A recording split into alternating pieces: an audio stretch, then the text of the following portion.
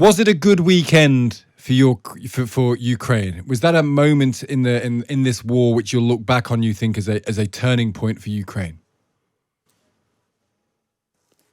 Well, for us, a turning point is when we liberate another square kilometer of our land, when we destroy more Russian tanks, when we either destroy or capture as prisoners of war more Russian invaders.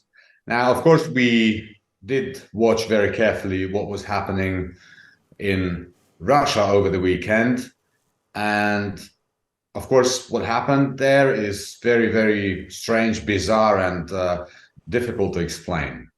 Because, if this was a mutiny, for sure, this was a very, very unusual and odd mutiny. We have no idea what happened exactly. We have no idea what will be happening next. But we can see that Russia is most likely, because of the pressure it is under from the Ukrainian armed forces on the battlefield, Russia is cracking up.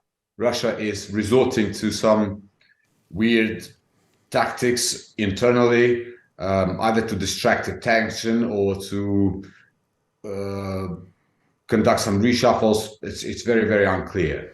But we will persevere. We will continue what we're doing. During the month of June, we have inflicted, for example, in terms of military equipment, we have inflicted the record number of losses on the Russians. During the last 24 hours, we have killed almost 1,000 Russian soldiers on our land. And, of course, these internal charades in Russia. And look, I will just have to stress that for us, for Ukrainians, every participant of these so-called mutinies, they're all terrorists and war criminals to us. So the weaker they are, the stronger it makes us, and the closer it brings us to our victory. That victory is, of course, what you're seeking. You say that it's been a record month in terms of June, but there is a feeling that this counteroffensive is going more slowly than expected. There is a feeling that actually the war effort, including the support from the West, has been too slow overall, and therefore you're now caught in a war that is going to go on for a long time to come, a slow, painful war of attrition. Do you think that's a worry? Is that a concern for you? To be honest, we have been saying this for a very long time, that as a coalition of three nations, we all have to pull our weight and step up our efforts to do everything we can to ensure that this does not become a protracted war. This is why we have been vehemently calling for more military assistance.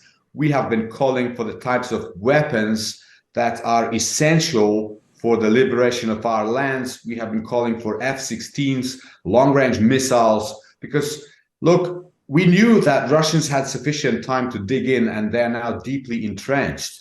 We knew that they had a long time to prepare for our offensive operations, and we knew that this wasn't going to be easy.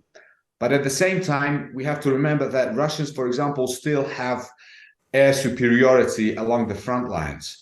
And this means that we don't have sufficient means to counter that air superiority with.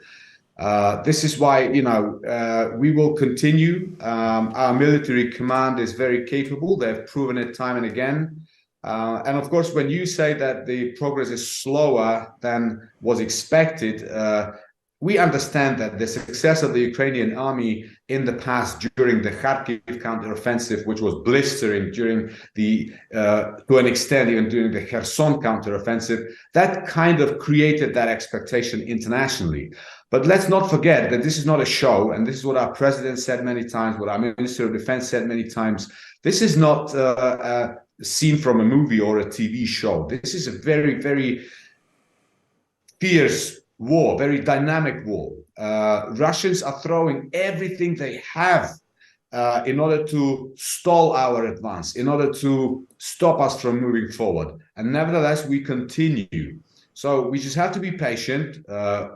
Between us, between Ukrainians, by now we have this very, very widespread saying, which we tell each other in times when we are either in doubt or we need inspiration. We tell each other, trust in the UA army and everything will be okay. So trust in the UA army, stand with Ukraine, continue sending us weapons, and this will not be a protracted war because Russians can crumble, Russians can fold, in particular, considering that apparently not all is good in the Russian evil empire, as we have seen evidenced by the events of the last weekend.